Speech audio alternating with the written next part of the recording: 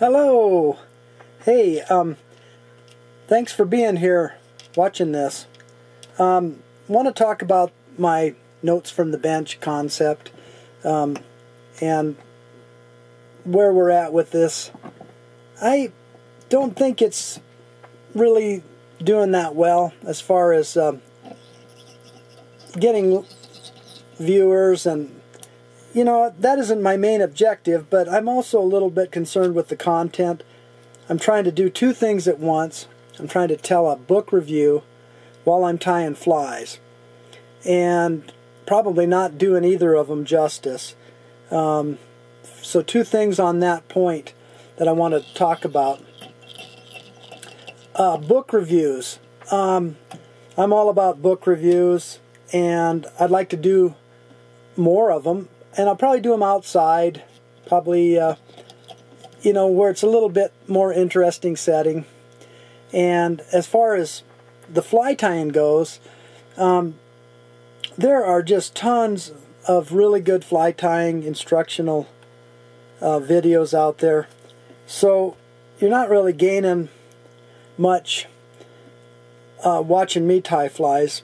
I kind of coined myself as the Scud Man, the Walrus, the Egg Man, and there's a reason for that, because, well, I've got chickens, so I'm kind of the Egg Man. I am the Scud Man. I tie just pretty much all the scuds for us, and I got done tying those scuds this winter, and I'm on to a little caddis pupa right now, and I also want to talk about that too. But so I am the Scud Man, I am the Walrus, I am the Egg Man. So as far as the channel goes and my content, I just don't really want to become like a talking head. I don't think that's very interesting.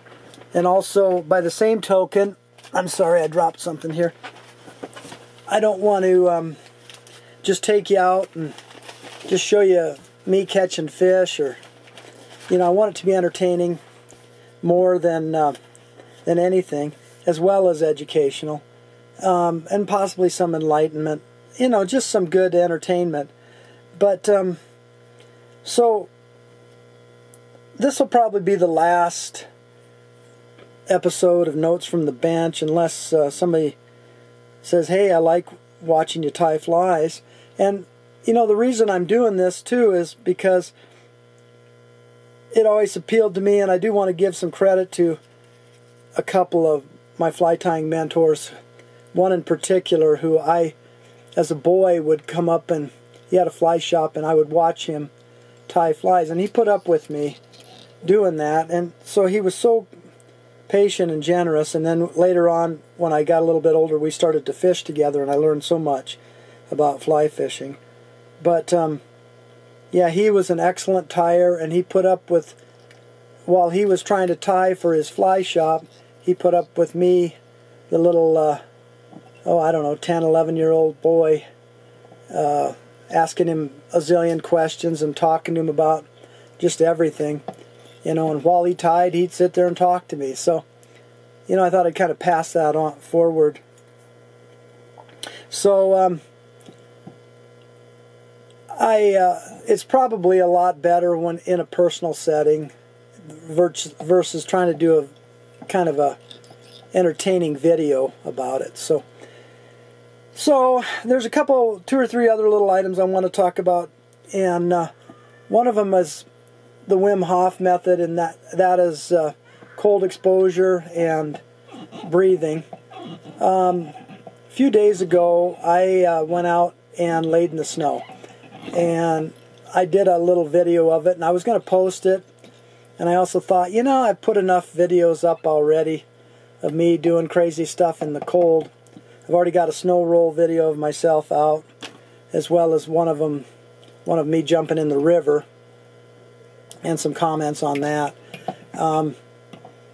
But one thing that I thought might be a little more profound than you watching me laying in the snow with no shirt on, and no, actually in my underwear, which would be for me to just kind of tell you where I'm at with it.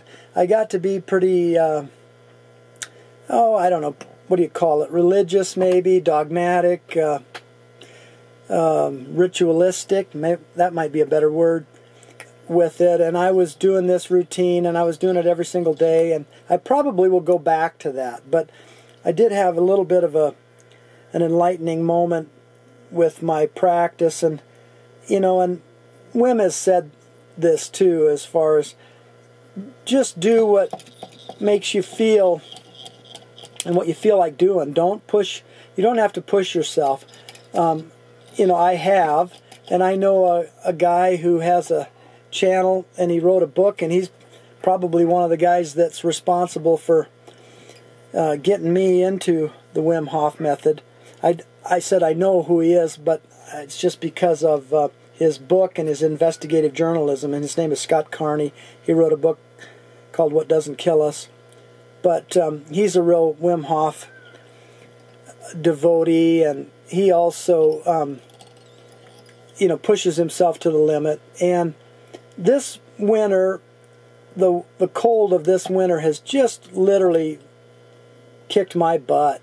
I've been, and I've talked about it in other videos, but I've also been more resilient to the cold in past winters. Now, this could have a lot to do with the fact that this last summer, right during my busy season, when I was working really, really hard, and I was still fasting 1 day a week, and I did lose a bunch of weight. I wasn't unhealthy.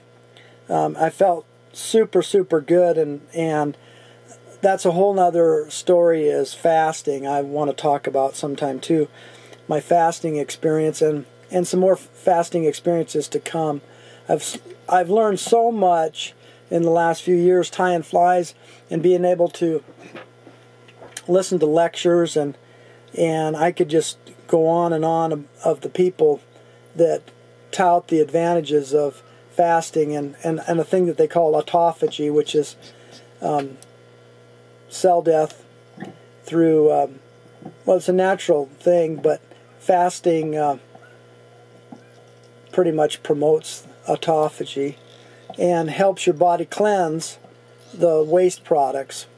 So anyway, the cold, for whatever reason, kicked my butt. And then I ran across a video talking about how that could be a natural thing, and to just kind of go with the flow. So I just decided I'm going to do that. And so the other day, I did laid out in the snow, and my feet got super, super cold, and that was the only thing. It was cold out, and the snow was cold. It was a fresh snow, and but I felt just awesome afterwards.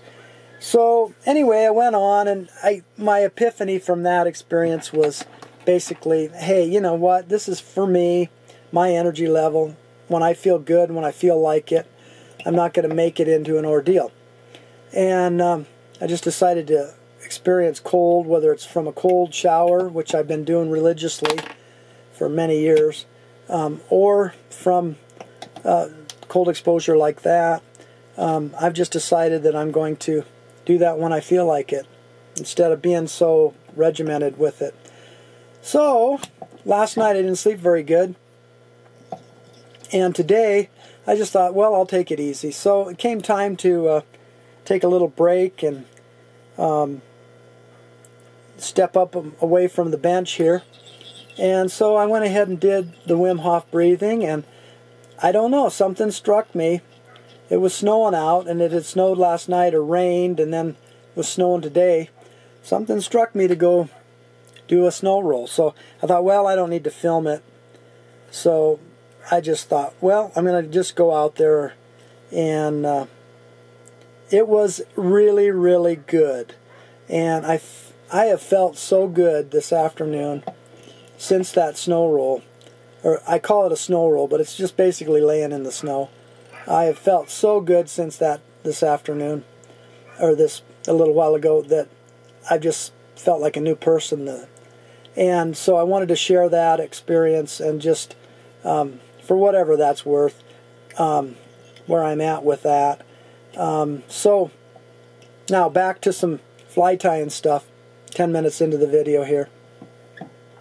I wanted to talk about this pattern, and this is a fly change for me, because I told you I was tying scuds. Now I came from tying size 12 scuds, which is pretty straightforward. There's about 3 materials: wire, a flashback, and dubbing.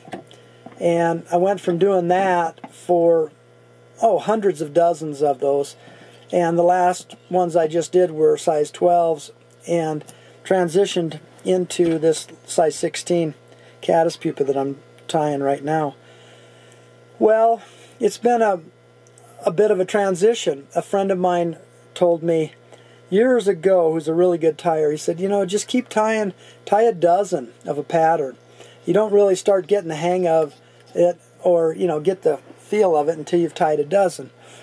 And so I just gave myself a break. Every fly that I've tied to my specifications, and as far as going in the shop and going in our fly bins, it's not to say that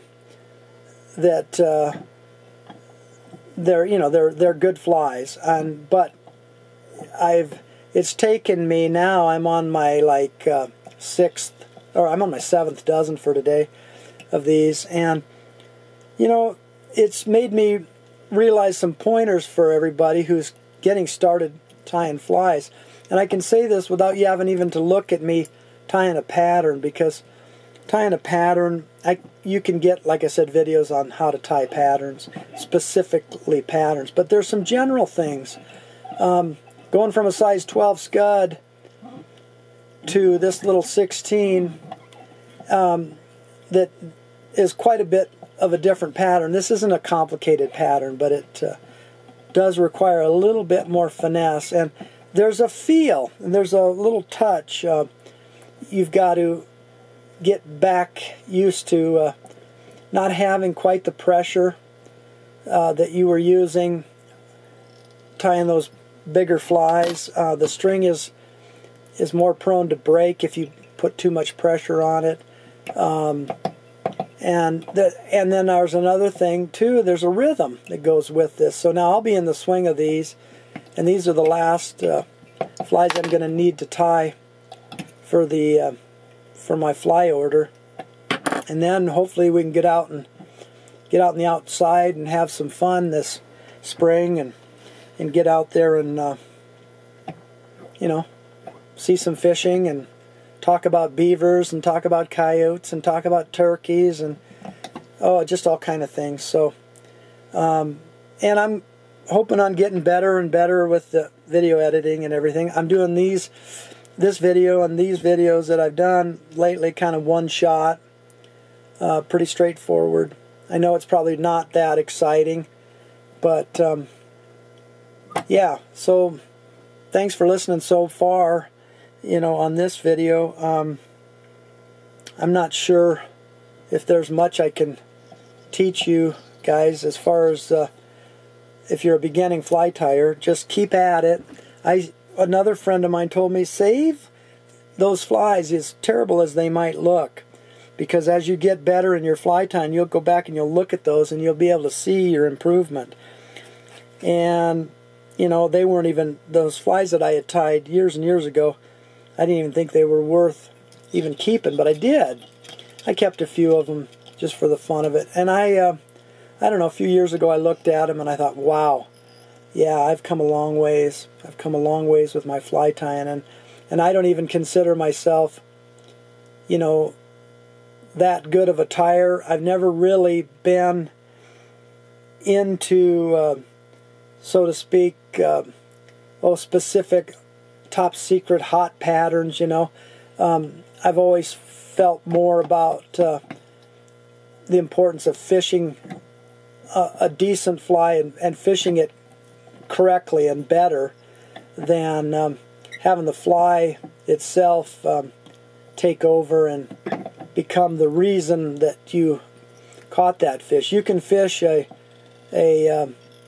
excellent fly and fish it poorly and not do very good, and you could fish a halfway decent pattern that's fairly suggestive to what the fish are eating.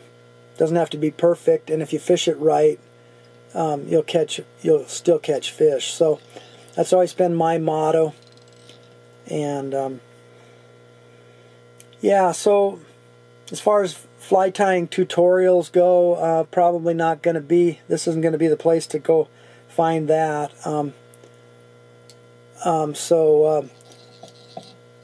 I think the generalization that I'm trying to tell you about is just, if you're tying a pattern and it's got some elements in it that are kind of universal to other patterns, for instance, dubbing, you know, that's a thing that does take practice, and it's kind of the same way with putting a tail on. It takes a little bit of practice, and it's just basically a feel of how you hold your fingers and putting it on properly on the hook. And it's something that's you can talk about it, but until you've done it and tried it and failed and had the tails come off on the hook sideways and had your wings not stay centered and just all those kind of crazy goofy mistake stuff that we've all made as tyers, until you've done that, I don't know if you'll know what I'm exactly talking about as far as having the feel of how it should be. But it's kind of like in that movie The Karate Kid, where I think it was the Mr. Miyagi was telling him, you know, wax on, wax off, and those universal things like, well, like just right now, like a whip finish, dubbing, putting tails on, tying your material to the hook, all of those kind of things. If you have a pattern that you enjoy tying and it's simple, I swear you can go from the simplest to the most complex, and those basic fundamentals will carry over into the next pattern. I hadn't tied an Elk-Hair Caddis for a long time, and I was down to an event a couple weekends ago, and we had a little fun fly tying event, and it was just all fun and games. I think basically just to see how goofy we could be.